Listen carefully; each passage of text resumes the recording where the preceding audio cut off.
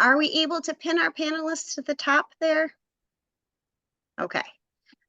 So we're going to get started, and I know folks will continue to come in, but we're just going to get started with what we're doing tonight since we have some wonderful panelists here with us, and we're going to be, I think, having a really interesting discussion. And so as people come in, we can continue to hear from folks, and we'll go from there. So I am your host tonight for all of you who are joining us. I'm Reverend Christina Willie McKnight. I am the Star Island Minister and Beloved Community Project Manager on Star Island. And I'm so glad to see all of you tonight. It is always such a wonderful thing when we're able to gather in all the different ways that we do. And one of the great, I think, silver linings of the pandemic is that we were able to get comfortable with gathering virtually. Which for those of us who mostly only gather on an island in the summertime can be a great blessing. So we are so glad to be here tonight and to be offering this info session. What we're going to do is we're going to have a little bit of an overview from me about what we're going to be doing here, and then each of our panelists is going to be introduced and talk a little bit, and then we are going to open it up to all of you for questions and answers, because that's really what this is all about tonight. Star is a wonderful place to come, but it is sometimes, if you have not been there before, it can be a little bit intimidating to think, oh my gosh, I'm going to an island. What are you doing? How does this work? And a lot of questions come up, and we try to make as much information available as possible. But of course, there's always individual questions, and it's often so much easier to hear things from a human being rather than trying to sort out a lot of information on a website or from a flyer or wherever you might be finding it. So with that, I think we'll get started with our introductions. Oh, the last thing I wanted to mention is that we are recording tonight's session, and that will be available to people who are not able to be with us here tonight. So just to be aware that that will be recorded, and that will be available on the Star Island website. So with that, I would like to begin with our panelists. And let's see, Noni, how are you doing for... I currently have 5G, so can you hear me? Fantastic. We can hear you.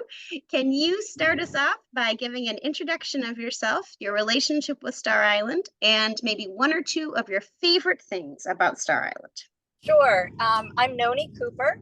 I attend All Star 2 Family Conference, and I have been attending that conference since I was a wee little child in the 1960s.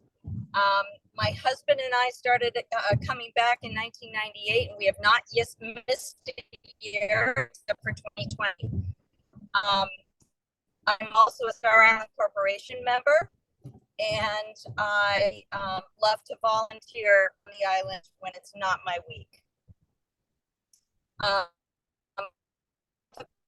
Backgrounds are in the morning, I wake up to the foghorn and the buoys and the seagulls, and that's one of my favorite sounds, and I look forward to it every single year. I also love the candlelight chapel services. It just kind of feeds my soul. So those are two of my absolute favorite things. Thank you, Noni. Julie, why don't you go next? Sure. Hi, I'm Julie Joasis. I am also an All-Star 2 conferee, and have also been going since I was a toddler myself. I also worked for Star Island for 3 years in what we call the Pelicans. So that's the summer staff that's there for the summer. So I was a Pel for 3 years, and I am also a corporation member, and have brought with me tonight a new shoaler as well, who will be joining us this summer. This little guy is Beckett. He's 10 weeks old, so he will also be coming out with us this year for the first time. I think one of my favorite things about Star Island is its peacefulness.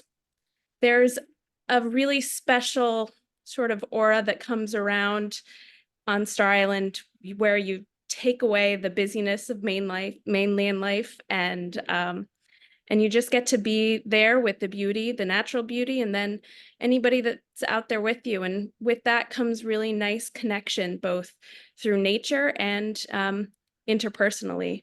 And then the last thing that I've really enjoyed in the last 3 years, I have a 3-year-old as well, is seeing Star Island through my children's eyes. It was always a super special place for me growing up, and it brought a lot of wonderful freedom and lifelong friendships. And I'm starting to see that with my own children now, and it's really something special.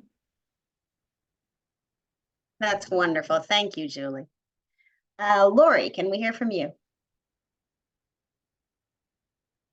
Sure, just had to find the unmute button. Hello, everyone. It's great to be here and introduce myself, and hopefully I'll be able to connect with some of you all on island this summer.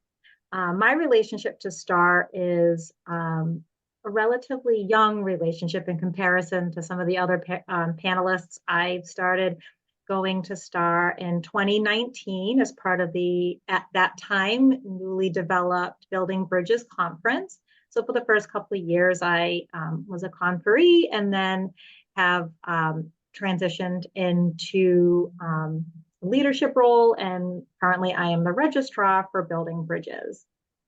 1 to 3 things I love about Star Island. That's a tall order to narrow it down to 1 to 3 things.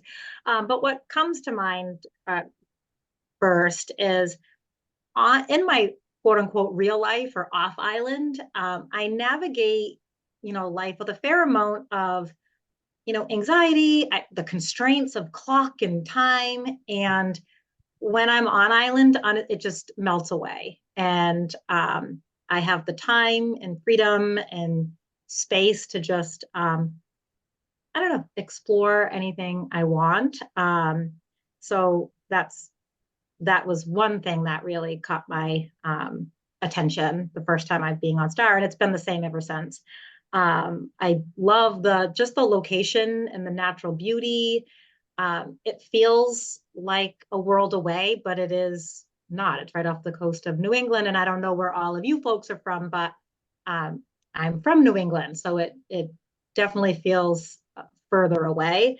And then selfishly, I just love not having to think about what to cook, what time we're having it, who I need to feed. The fact that there is just breakfast, lunch, and dinner, beautifully made, desserts every day is just, oh my gosh, tea there in the morning. Like that is just wonderful. And now I'm done. Lori, I think I'm seeing a lot of nods as you're talking about the joy of having breakfast, lunch, and dinner all made for you. And that is, thank you for speaking to that. I think that's very important. With that, if we could go to Luke. Hey, so I'm Luke Kumiski. I attend IA, the International Affairs Conference. I started going to STAR as a very young child, as I think a few people now have said, and then went there all through my childhood, and then worked there summers over college as a Pelican, as Julie discussed, and then recently started attending again with my wife Lauren, and I'm taking this year off, but hope to come back next year with my my new son Liam. So. Things I love about Star.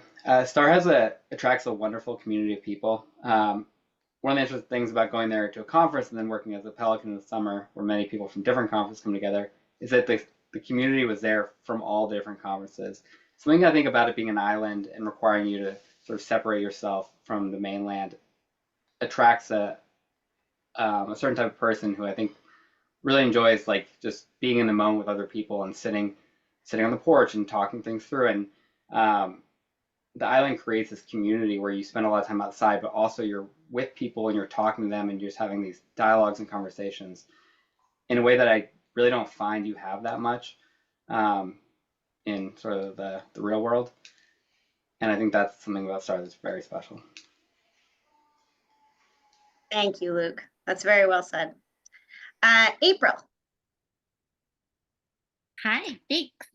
My name is April Rosario, and I have a couple relationships with STAR. I serve on their board of trustees, and I chair the Beloved Community Task Force, and I'm also the chair for the Building Bridges Conference. Um, I think so many of what I was originally gonna say was said. So like the food for sure, candlelit chapels for sure. Those are definitely my top two favorite things. Um, but other things that I absolutely love about Star, there is an intentional and unintentional unplugging for a lot of people on Star.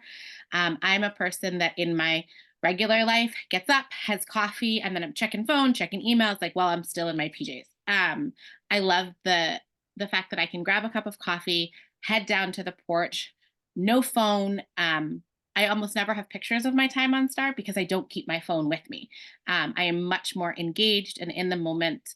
And it is probably the most unplugged I am all year. And I love that chance to kind of recharge and build really authentic relationships in a short amount of time. The other thing that I love is the freedom that my kids have to be themselves. And I say my kids, but also just like the kids that are on island. There is this kind of getting back to your grassroots. It's not uncommon to see teenagers with bubbles and kites and like all of these really simple kind of unplugged things, and the multi-generational aspect, if it's a multi-generational conference, which mine is definitely one of my favorite things. But I could list so many, but then we'd be here all day.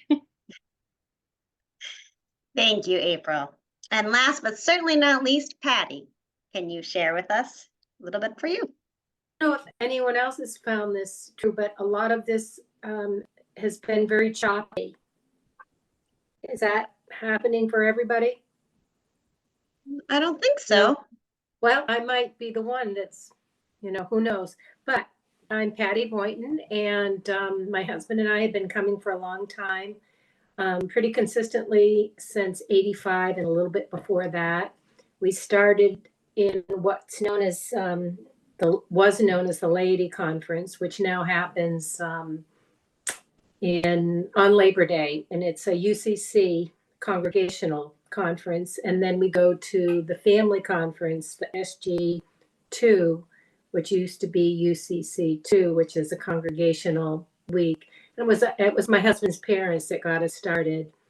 And what I love most about Star is so many things, but I love the multi-generational part of it. Families, kids running around, single people, just the wonderful community and opportunity for all kinds of people. And I love the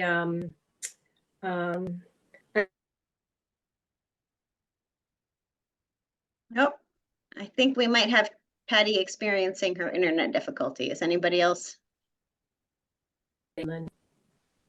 so that's Patty, what I love. can you repeat yourself right there?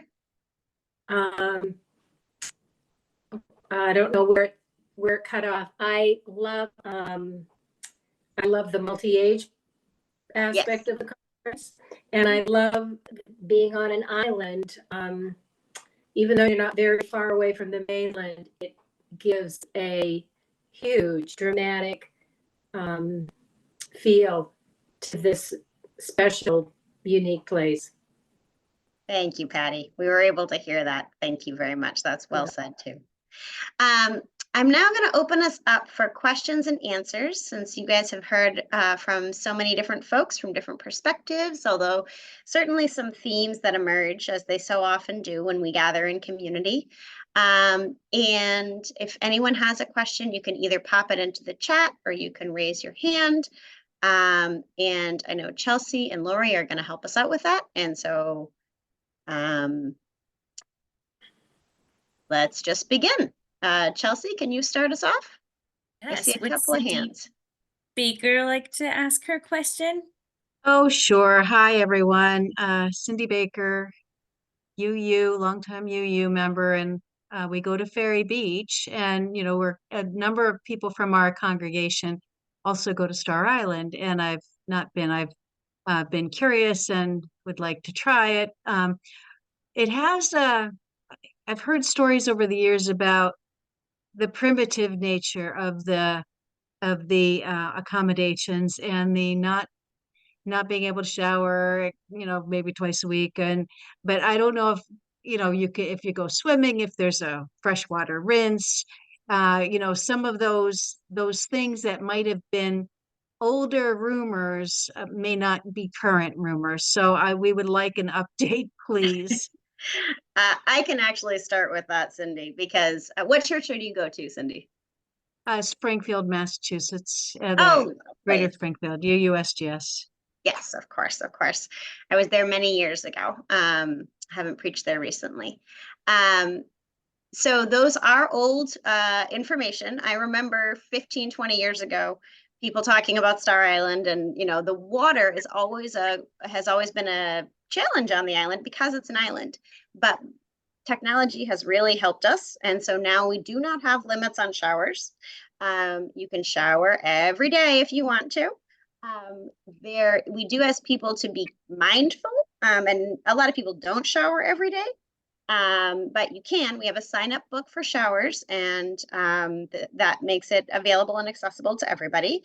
We also do have a spot where you can rinse off after you go swimming, which many people do daily, sometimes more than once.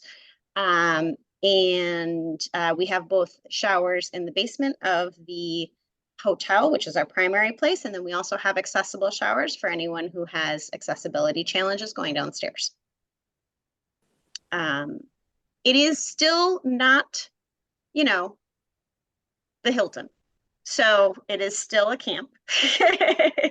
Rustic is probably an appropriate word. But it is, I think, for most of us, comfortably rustic. Would any of our panelists like to jump in on that? I'm forgetting anything? Can you hear me? Yes, Corey. The shower thing, does this also apply to employees as well, or just for the tourist? Whether or not there's showers available? Yeah, like for like daily usage. I do not know the most up-to-date information on the Pels showering, but if I think they can, but I don't know. But No, if you are working on Star, then we will definitely get you that information. All right, appreciate it. Thank you. I can jump in to add one other thing, and it's one of my favorite things, especially when my kiddos were little, but now even as they're older, and even for myself. In the dining room, there is a shelf that has basins and pitchers and a scalding hot tap. And a lot of folks will fill up their pitcher and bring their basin and a washcloth back to their room. So maybe they took their shower first thing in the morning and they just want to like rinse off really quick before bed, or vice versa. They took a shower the night before, but want to kind of refresh in the morning. And so that is another one of those kind of really rustic pieces that adds a little bit of charm, but definitely is another added bonus that is easy to overlook if you haven't been there before, or you might see the shelf of the basins and the pitchers and be like, why is this here? And there's soap in the little drawers and all kinds of things. So that's just another thing to add. Thank you, April. Do we have another question on deck? Emily, would you like to ask your question? Yes, thank you. I will be coming with a 2-year-old and a 5-year-old. So related to showers, is there a bath available? And then also my one of my kiddos is having like just really limited diet things right now, like pasta with butter or bread and toast, and not even right, just like super basic meals. And I'm wondering whether those kind of food needs can be accommodated, or whether we should bring our own Annie's mac and cheese. Like, is there a place to cook that? Should we plan to bring our own snacks and things that we know our kids can eat? How does that all work? I'm happy to jump in here as a also a toddler mom. I have to say that over the years, from when I was a kid, sorry, the choices for food have expanded tremendously. I would say food service is really increased significantly, and there are lots of options for both dietary needs for adults or children, and those picky eaters that come up along the way. So there's almost always on the side of the dining hall, like kid friendly or dietary friendly choices. And I would say that the Pels are fantastic in sort of helping you out with getting things that they need. If your child has specific comfort foods, I would say it's always safe to bring those out, because you don't know what, like Christiana said, it's an island, so you don't know what the situation's going to be. Like I've always brought out a couple little containers of the shelf milk, just to be sure, because my son is a milk in the morning, like I'm a coffee in the morning kind of person. So I would say it's a good idea to bring backup snacks. But there's a lot of opportunities for food, both at the 3 different meals. And then there's a snack bar that has, basically all the things that you would want from a snack bar. It's got the bagels, it's got the ice cream, of course, chips, those kind of snacky things. And then the last piece that I think is really important for parents to know, that I didn't know the first year I went out as a parent, is on the second floor where all the kids stay for the week, is a small refrigerator that you can use for your children or for those kind of needs. So like I brought out a little bit of fresh fruit the first time and kept some there for a while. Some people have milk that their children need, either formula, breast milk, those kind of things. So in small quantities, there's a way for you to store some of that stuff. I'm trying to think if there's anything else that gets to your question. Do you have any follow-ups? Because that is a big fear as a new parent going out to an island where there's no microwave, there's no kitchen for you to cook. So I understand that fear tremendously. But I would say in Thank you. general, That feels good. yeah, I would say it's improved significantly since I was a kid, for sure. Way farther than the peanut butter and jellies that, like, if I was not in the mood for the meal. So I would say bring a few snacks as backup, and then you'll probably figure out the way to kind of navigate the picky eating.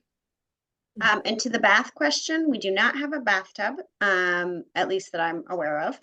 That doesn't mean it's not there, but I will say that when I came out with my kids at that age, the sink in the Oceanic that Julie is talking about on the second floor, all the parents are nodding, I'm seeing, is huge, and easily bathes a child. I mean, you could probably get a 10-year-old in there if you really want to. I had my kids in there. Okay, you can get 2 kids, says Noni. Great. Yeah, I mean, it's a big sink. And many, many, many people, including many of us on this call, clearly have used it for that purpose. I have a quick follow-up. I was amazed last year at all of the accoutrement or sort of extra things that Star Island has added to the second floor bathroom, including things like sound machines or training potties that we brought back to our room. Like, it was a lifesaver for us. So there are all kinds of those little things that you don't think about at the last second. You're like, oh no. So there are a few of those kind of things. Thank you, Julie. I think I see some. Can I also add just one thing for anyone who wants to bring young children? If you have special sippy cups or bottles, there's a tray at the front of the dining hall where you can put them on the tray, and the Pels will wash them for you overnight and put them back then at the next meal. It's amazing. Many of us have those special sippy cups that had to get used, for sure. I think I see some more hands, and I don't know if we have people in the chat. Yes, we have questions in the chat and hands raised. We'll start with Julie with her hand raised. Hey all, I am so excited for my very first visit to Star Island. I'll be joining as a speaker at the International Affairs Conference. I'll say that my family of origin is white and my family of choice is Black, so I'm bringing a mixed race family with me. And I am just curious, my UU church is super diverse in all the ways. I am curious about if I need to be concerned about kind of sheltering my Black daughter or preparing my Black daughter for curiosity, concern, or any bias that she might encounter. So sorry if that's too spicy for the call, but that's I have no concerns except that one. So I'd be delighted to have that put to rest. Who would like to take that one? I can take that one. Thank you, April. So I think I would preface my answer with saying that every conference is different. And so where I can't speak specifically to IA, because it's not a conference I've been to, but I know there are some panelists that have, so they might be able to jump in with the specific IA conference culture. I can definitely speak to Star Island as a whole. I think one of the things that has happened in the past few years is that Star has really made a point of lifting up the fact that as much as we talk about Star being this removed place and this super special place, it's also part of the real world, and real world stuff finds its way to Star. That's how the Beloved Community Project got started. It's one of why we created the position, the Beloved Community Project Manager. And so Star as a whole is actively taking steps to be aware of the culture, to create, safe spaces and brave spaces, and to be aware of welcome. Christiana does a workshop each week for every single conference, every single year around beloved community. So I think it's one of what I would say as a person of color who brings mixed kiddos is it's like being anywhere else in the real world. Stuff can happen, and because it is a place that is built on connection, then it's just addressed like, hey, this thing happened and it made me feel this way. And it's not brushed under the rug. It's not shied away from. It's, oh, okay, well, here's how we fix it, and here's how we move on, and here's how we are in community with each other. So I wouldn't say that it is a place where nothing bad ever goes wrong. And I wouldn't say that it is a place that you have to be afraid of bringing your kiddos either. It's the way the world is. But it is something that Star is actively doing to hold up the fact that it is part of the real world, and creating spaces and opportunities for people to learn and grow and really live into what it means to be a community. Just for Star as a whole, but I can't speak specifically to IA's culture. Yeah, fair enough. April, thank you so much. So many things of what you just said just made me set my mind at ease. And do you feel like, and this is for anyone, do you feel like the youth facilitators are kind of ready to, my daughter is equipped to have those conversations. She's not expecting anything, right? She wants to show up as the person she is, and lean into the conversation she has, and she's confident in that. The problems that occur is when the adults are kind of not ready for that. And so anyone on the call, like, to speak to the youth facilitators' capacity to manage microaggressions or bias or just teenage weirdness, right? Like, it doesn't have to be specific to race, but I'm just feeling a little sensitive about putting my kiddo in this unknown space. I can speak to that, Julie. I can't speak to each specific youth. I don't know the youth leaders for IA this year, for example. But I am full-time year-round staff for Star Island, and these are conversations that I have with and in adults, kids, all the age span and all of the different types of relationships that we have all the time. They happen on Star, they happen not on Star. As April said, it's not a place that is not part of the world.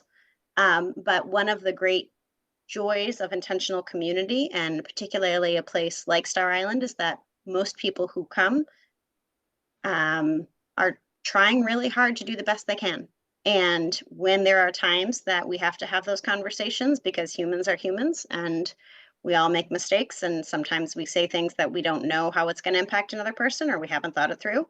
Part of my role is to help us have those conversations. And that's something that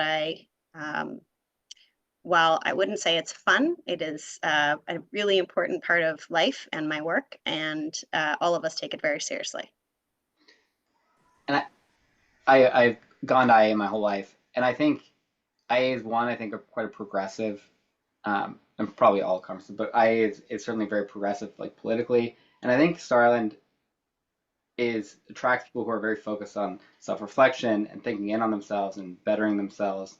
And I was in school in like the early 90s, and being like, there's a lot of things that have improved since then. But even then, like the contrast between like classmates in elementary school and then like the Star Island sort of self-reflection and care and being interested in thinking through their actions and the consequences of their actions and understanding if someone was hurt and thinking about why people felt hurt was really striking. And I think that's only improved in the meantime. The flip side of that is it's not an extremely diverse community, which I think the community is aware of and is what motivates the project. But I do think, so I can imagine someone saying the wrong thing because they don't know better. But people, I think, are open and want to know and want to improve and be better. So. Thank you, Luke. That's helpful.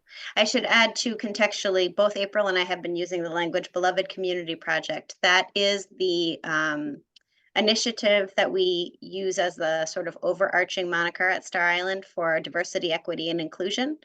It is from Dr. King's concept of the beloved community as a place where all people are able to be their full selves and to be cared for together. And so you'll hear people reference the Beloved Community Project. That's what they're talking about. I know it's sometimes when we come to a new space, we use phrases or acronyms that not everyone might be familiar with. So if that also happens either here or when you're on the island, please feel free to just let us know. I'm aware that that's something that is often the case in different communities. I'm seeing some more hands, and Chelsea, what do you have for in the chat as well? We are gonna go over to a chat question really quickly. And the question is, how do new people choose which conference to attend?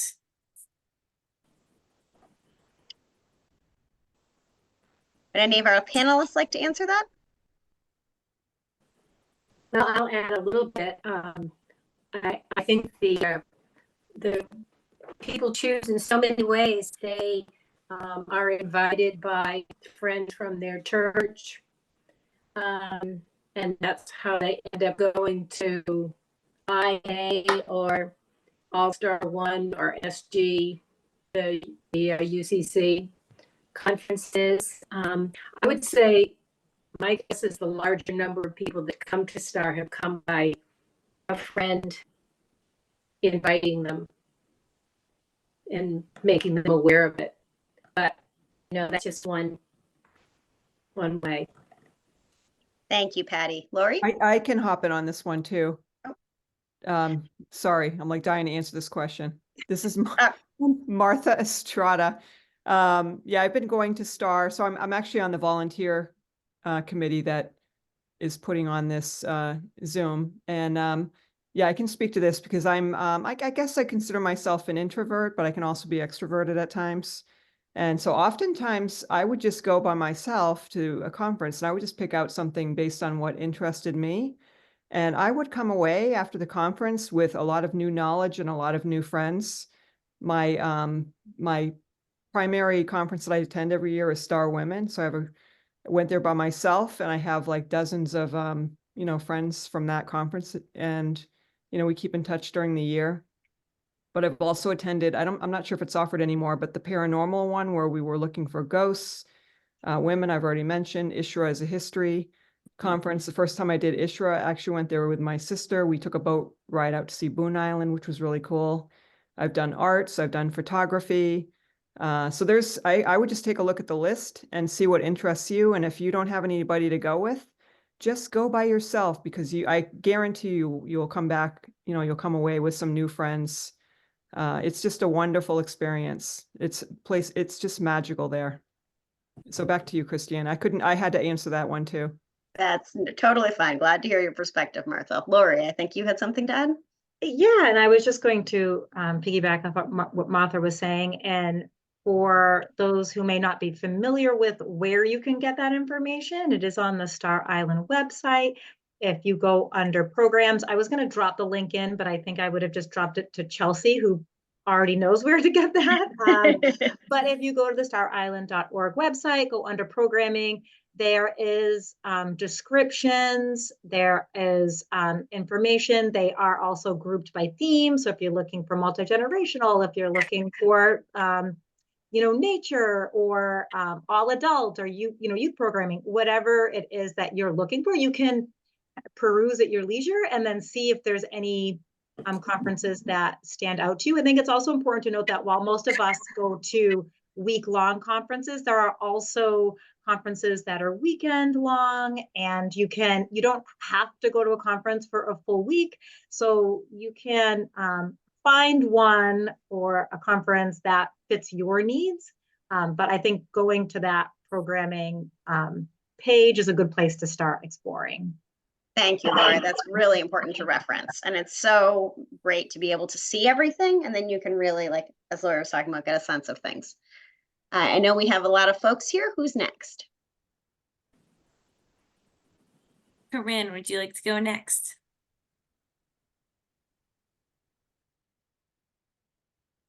Yep. Yes, thank you. Sorry, I had to unmute. So, hi, everybody. I'm Corinne, and I have been going to Star Island since 2019. My first time there. I'm not a panelist. However, I am a convert, I would say, to the beauty of and the inclusion of the island, and it's a tremendous sense of community. I'll just say my mom used to go there through her church. She would talk about it all the time, and I would listen with, all my noise going around in my head and not really listen.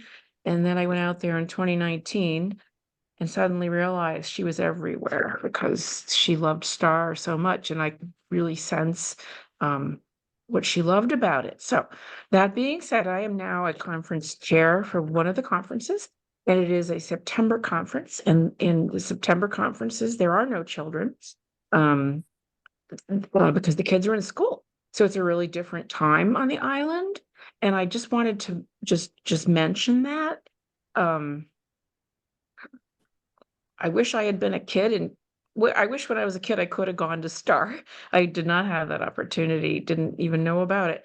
But what I just want to say is that it's, I don't know if this is okay to say, but not everything is religious at Star. There are there's rug hooking and art and bird watching and all kinds of things. And if anyone is a little bit nervous about having a lot of well, it's a spiritual place. For me, it's a spiritual place. And for me, spirituality is everything, nature's everything. I am thrilled to be part of Star Island's community.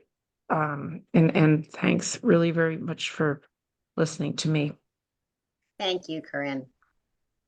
It's people come here certainly from lots of different perspectives. And so while we are rooted in the UU and UCC tradition, some folks love chapels and the official sort of more religious experience, and some folks don't, and that's totally fine. There's lots of ways to be on Star Island.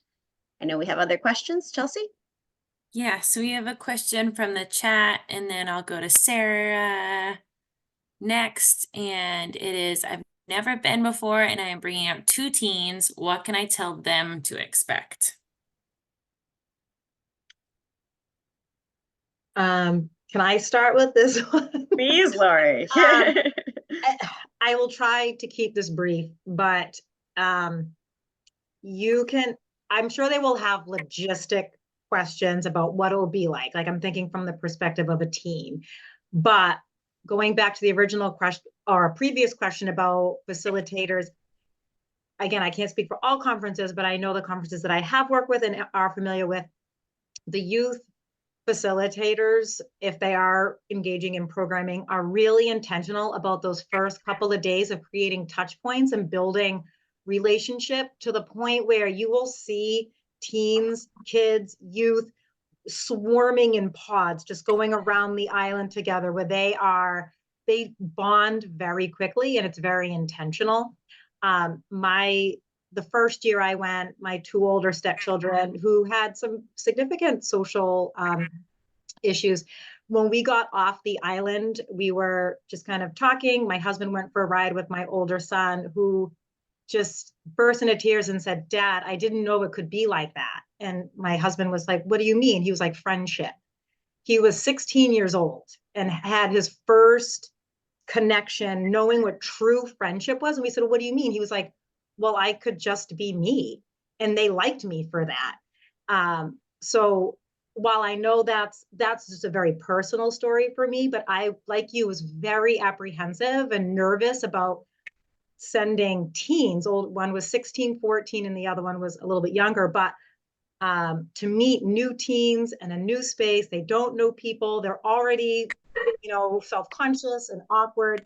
But after a couple of days, it just, again, like I said, that just melted away, and they were truly able and felt safe enough to just be themselves. They didn't have to worry about being judged, being liked. They totally, and he is still maintaining, he still keeps in contact with those people who he hasn't even seen since then, but has just formed such a unique bond. That was just a personal experience that I had to share. Thank you, Lori. Is there anyone else who would like to speak to teens? Could I speak to teens from a children's group program coordinator, leader perspective? Please, Noni. Okay, at All Star 2, the only conference I'm really familiar with, I've worn many hats I've been a chair with my husband. We're also both on the children's staff, and my husband is one of the teen youth leaders. And what I want everyone to know who's new or interested with children is that the planning starts in November, thinking about the conference. And as people start registering in January and February, the children's group coordinators and children's group leaders are already getting their names, getting information, their questions that are asked. We're learning about the kids in the groups. And we strongly encourage any parent to email the chairs any questions or concerns, because those will be relayed to the children's coordinators, and people will be prepared and leading up to the conference. Once you're on island, you've got children's coordinators and children's group leaders who are there to support every aspect of your child on the island. I just wanted to reassure, especially for family conference, if that's the conference you're going to. And I'd also like to add, sorry if I'm monopolizing it as well, I think there is also a fair amount of work and intention that goes around making the youth, especially older youth and teen, as integrated and involved in other island activities as they can be, whether it's planning a chapel service or leading events, helping out during talent shows, just really helping the teens lean in and really embrace and get included and be included in different island activities, even separate from their youth programming, trying to get them involved as much as possible. I was going to say, I think one of the great things about starting the children's program and just the small size of the island is that you end up with this blend of like independence and the parents and children seeing each other a lot. Like the teenagers are sort of free to roam, they're roaming around with their friends, but at the same time, meals are at the same place and at the same time for everyone, right? So you still, like, as a teenager and later, like you're free to roam, you feel independent, you feel like you're making these bonds, but you're also seeing your parent, you're like staying there next to them, you're seeing them at lunch and dinner, maybe breakfast if the teenagers wake up in time. But there's like, so there's this like interesting blend where they have this freedom to make friends and feel like they're almost independent, but at the same time, it's like a mile across, there's no cars, there's like nowhere to go, you see them for every meal, so I think there's this like unique blend of being with your family and not with your family at the same time that you can get on Star, that you can't get if you go on vacation or if you just sort of like hanging out in town. Thank you. I know we are going to be finishing up here soon. We still got some questions, so I want to move us along and then we can come back if we have more time there's always more to be said about teenagers. I have 2 currently. Sarah, would you like to ask your question? Yes. Hi. Yeah, so I have a 14-year-old. We've never been out to Star Island, just as one of you said, friends of ours, one of them grew up going out to it and his family was UU. So we have visited a UU church before, but really my question is more, and I know y'all kind of addressed this, I think, but like my spirituality probably is more in line with like UU. My husband was like traditional Methodist growing up. My child considers themselves an atheist. So, lots of different spaces. My kid's also non-binary, uses the pronouns they, them. So like, we're just exploring. I'm the one that asked in the chat, do you have anything with sailing? My husband's into sailing, so I'm just trying to get a sense for, my family being comfortable, my kid being comfortable with, they have a cousin who's an evangelical fundamentalist Christian. So boy, that is very uncomfortable, but that's not how we've experienced the UU community at all. So, I don't want them feeling like, that they're going to run into people judging them and, so. My whole family is probably atheist, and we've been going to Star our entire lives and feel comfortable in that all my best friends are from Star and many of them are UU. But so yeah. I just want to give that experience, which is that I'm certainly not religious in any way. And I love Star and I love the people, love the chapel. So but there's no judge, like no one judges you for not going to chapel if you don't want to go to chapel. You know what I mean? There's certainly no pressure. I don't even think people would notice, but even if they did notice, they certainly wouldn't care. Yeah. Oh, that's great to hear. Yeah. Okay. I will also add, I'm a UU minister, and it is not within the church, as I understand it, for any of us to be judging each other. And it's certainly not something that we do. Humans are humans. And so again, sometimes things happen, but that is not the values that we hold up and try to live into on Star Island. And we have lots of folks who come from lots of different walks of life. Pronouns are usually on people's name tags, and sometimes, change throughout the summer. And that is totally normative and what we want to support in as many ways as possible. Yeah, great. Sounds great. Thanks. So Carolyn. Sure. So I'm looking at some of the pictures. I had no idea that there were so many buildings that are much larger. So my question is, how many people are on the island in a given week or weekend or, whatever? Like, what is the average number? I can try to answer that. It kind of depends on the week and the time, and also by what you mean on the island. So our conferences, I think this year we usually don't have more than about 270 or 80 spending the night.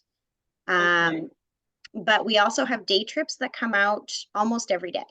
And so there could be, 200 people who come off the Thomas Layton at 10 a.m. and are there until 3 p.m. But they do not spend the night. And we do have We want to be open and welcoming to people. You know, the conferences build their own connections, but also when people come out for the day or an overnight, people also come out for personal retreats sometimes. So folks might be there for one night or 2 nights, which they may start to get to know the conferences a little bit, but then not have some of the same connections because they're not doing programming or whatever. And so and we also have a harbor where boats can moor and people can come ashore from the boats. So there's lots of different ways that people are on the island. One thing that I will say is that in almost all circumstances, I have been out there with 10 people living out there and out there with 400 people out there. And in almost all of the times, I have felt both like there is space for me to be alone and a community that I am part of. Okay. And that it's interesting to me. I mean, as a staff person, I go to every conference and sometimes when there's nobody there at all. And those feelings transcend in all of the circumstances. And then some of the conferences, say the multi-generational ones, do they tend to fill up with people from specific congregations? Sometimes, but no. I mean, there will be like, in the same way that people will invite friends. So you might have a conference that has 10 people from a congregation because someone invited their friend and then somebody else invited their friend and then somebody else invited their friend. But there is not a conference that is, you know, this is just this church or this is just that church. Okay. And then are there conferences every single week during the summer? It looked like it from when I did a quick look of the website just now. Okay. Okay. All right. It gives me good. Thanks.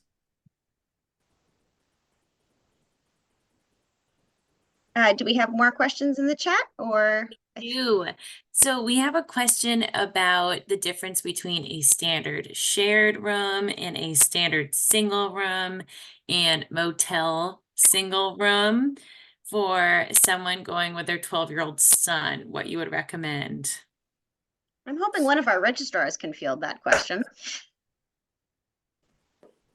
I was going to take it, but I'm not a registrar, so I can leave it open for another registrar. I was a registrar. What? You've done it. Go ahead.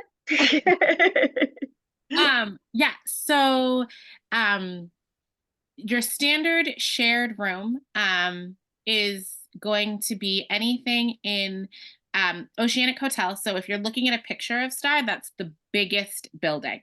It's got 3 floors. The first floor is, the lobby, the dining room, snack bar, gift shops, things like that. And then the second floor, and we talked a little bit about this tonight when we talked about, you heard people mention like the second floor bathroom and the second floor mini fridge. So that second floor is usually where younger families are housed. So that floor is where also the hall monitors are. So if you've got kiddos under 8, you're almost automatically put on that floor. And then the Pels do hall monitoring each night, which is a great perk because you can bring a baby monitor, put your kiddo to sleep, or just put your older kiddo who's not quite ready to go to bed yet, but you don't want them still outside. Bring them up to their rooms and then sign them out and say, I'm going down to the porch. And then if they need you, the Pels will call you. And then there's the third floor. Those rooms typically have either multiple twin beds or a double bed and a twin bed. And those are the standard shares. That also applies for cottages. And those rooms all share a bathroom on the same floor. So the hotel is like a hotel. It's multiple rooms that all share one large bathroom, and then the cottages usually have like 4 rooms on a floor, and then each floor has a bathroom that they share. A single would just mean that you're going without anyone else and you don't want to share with anyone. You want a whole room all to yourself.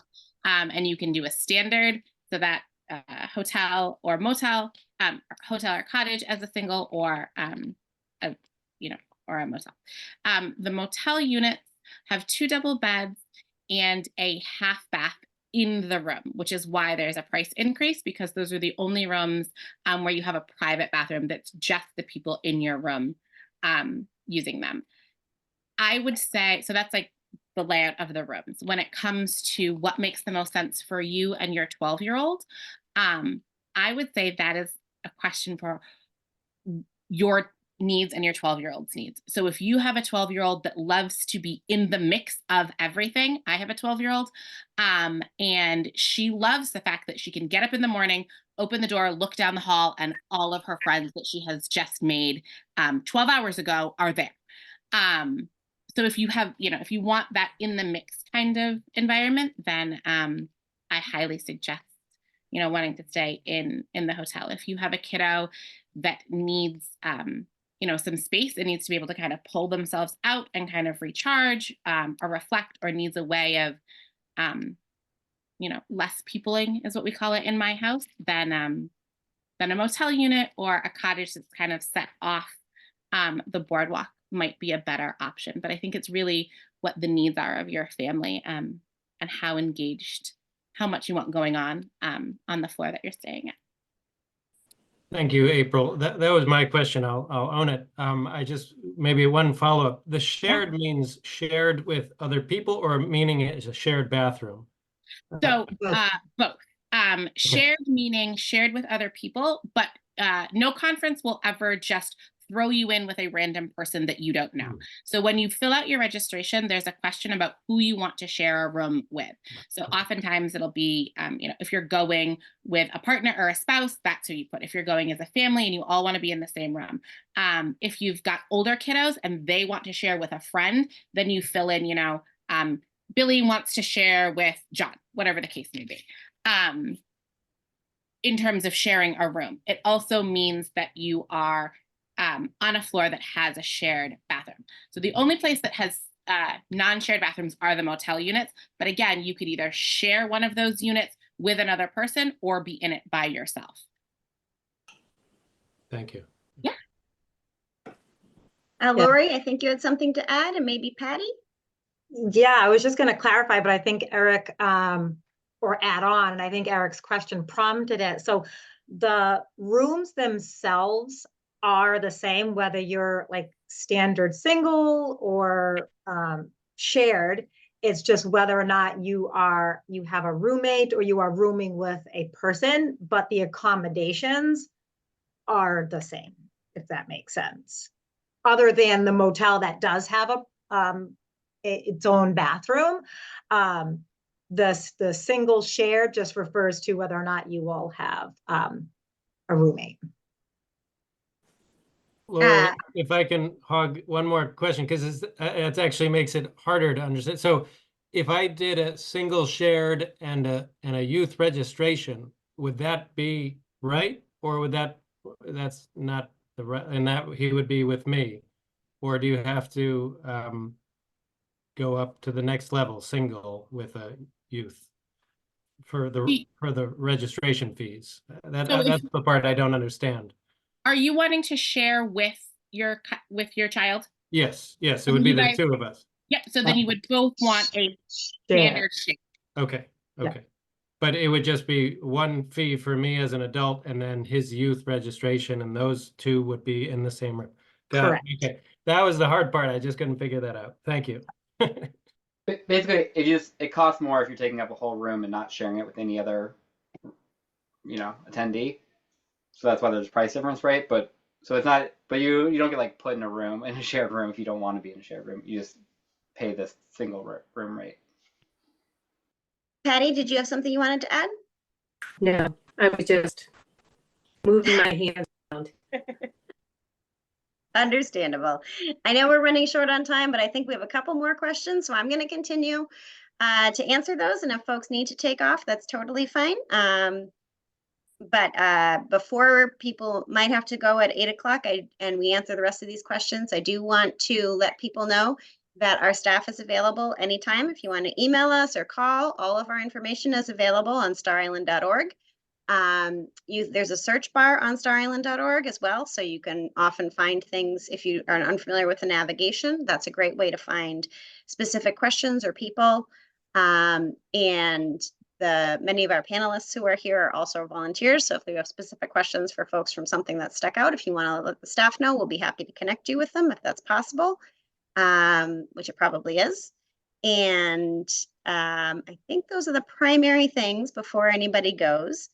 Oh, and Chelsea's sharing our videos. So that's another great way to get to know the island and to kind of get a little bit of a window into what we do and how we are together.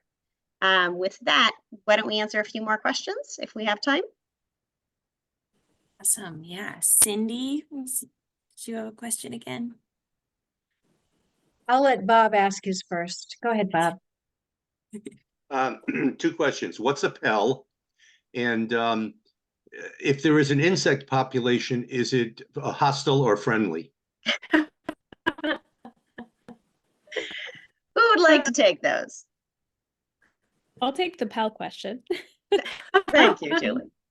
A pelican is what the Star Island community kindly calls the staff that lives there over the summer. So whether that be the person that you interact with at the front desk, or the people in the dining room, or someone that's helping out with conference services and those kind of things, or cleaning the room, they're all colloquially called Pell or pelicans. And I would say from my years being out there, there's not a strong bug population. You know, it is an island and somewhat rustic, so you're gonna get, you know, ants or flies or those kind of things. The biggest nuisance is mosquitoes. I would say in general, it's one of the best places to be on a windy night, because the mosquitoes may not be as nasty as normal, but like anywhere in New England, also near a area of water, mosquito bringing bug spray would be smart. And I'm sure ticks as well, because New England. I think we actually don't have ticks. That is an amazing thing. I believe we do not have ticks, which is a bonus. And the wind from the ocean really takes, blows the mosquitoes away. It's a lot better than like being in Maine or something. So.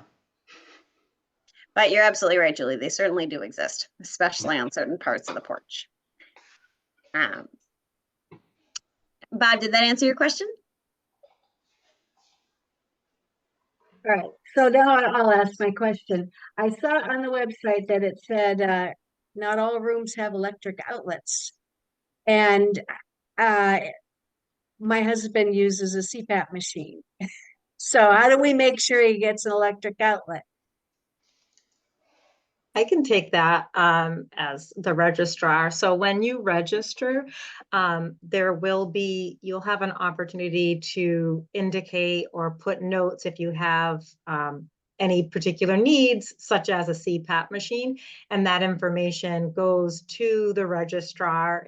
And then when you're being housed, you make sure that you are housed in a space that has an outlet that can accommodate a CPAP machine.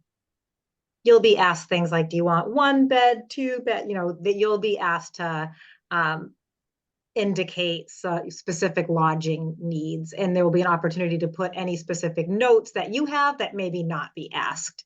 I know different conferences have different questions on their registration form, so I can't speak to exactly the questions you'll have, but that is certainly something that you would want to indicate when you register.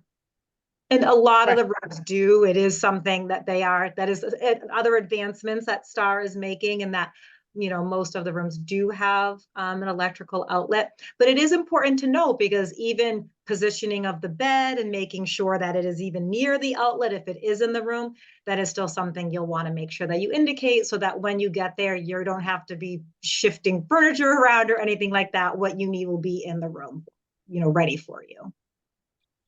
And that, the question about electricity makes me wonder, does that mean that every room has a light? Or, when the sun goes down, we go to sleep? Yes, all rooms will have a light. So the light will be a light switch, and it's an overhead light. So all rooms, regardless of how many outlets there are, do have lighting. All right, thank you. The only place that does not is the chapel. That is entirely lit by candles. I wanted to add one more piece about electricity. If you do not have an outlet in your room, but want to charge something like an electrical device like your phone or a baby monitor, the front desk will always charge anything for you. It's a safe place. You can leave it with them, and they'll make a note of it. That's one thing that is important. But most rooms I have found now have electrical outlets. I think we just have a few last questions. One or two, Chelsea? Yes, so a question about the walking path in between the motel, cottages, and the Oceanic for seniors with some balance and joint issues. I can take that one. So the majority of, so the hotel, the majority of the cottages are all on a boardwalk, and that boardwalk does extend down to the motels as well. One of the things that you'll be asked, one of the questions that you can fill out on your registration is if you need a first floor room, if mobility is an issue. Anyone that needs a first floor room for mobility issues, that is always are given preference as opposed to someone who just might like a first floor room.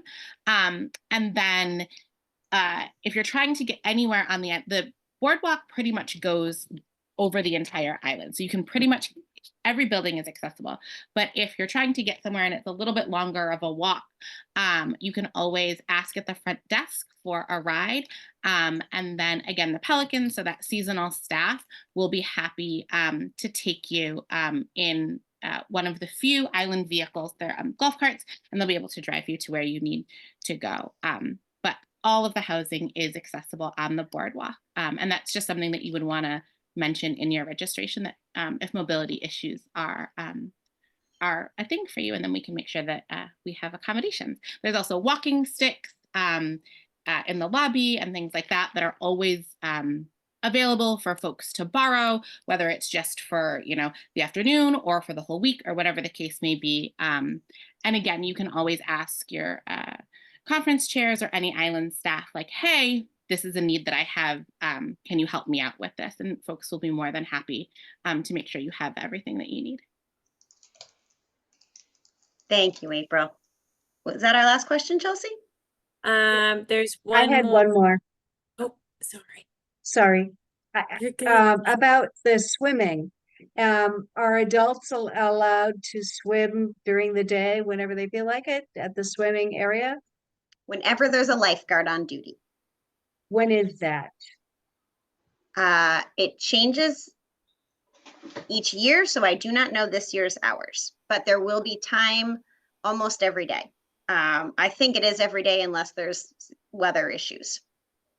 I understand the weather issues. I mean, that I totally get that. But in general, is it morning? Is it afternoon? Is it, early evening? I mean, is there free access to the water if you're a swimmer? That kind of thing.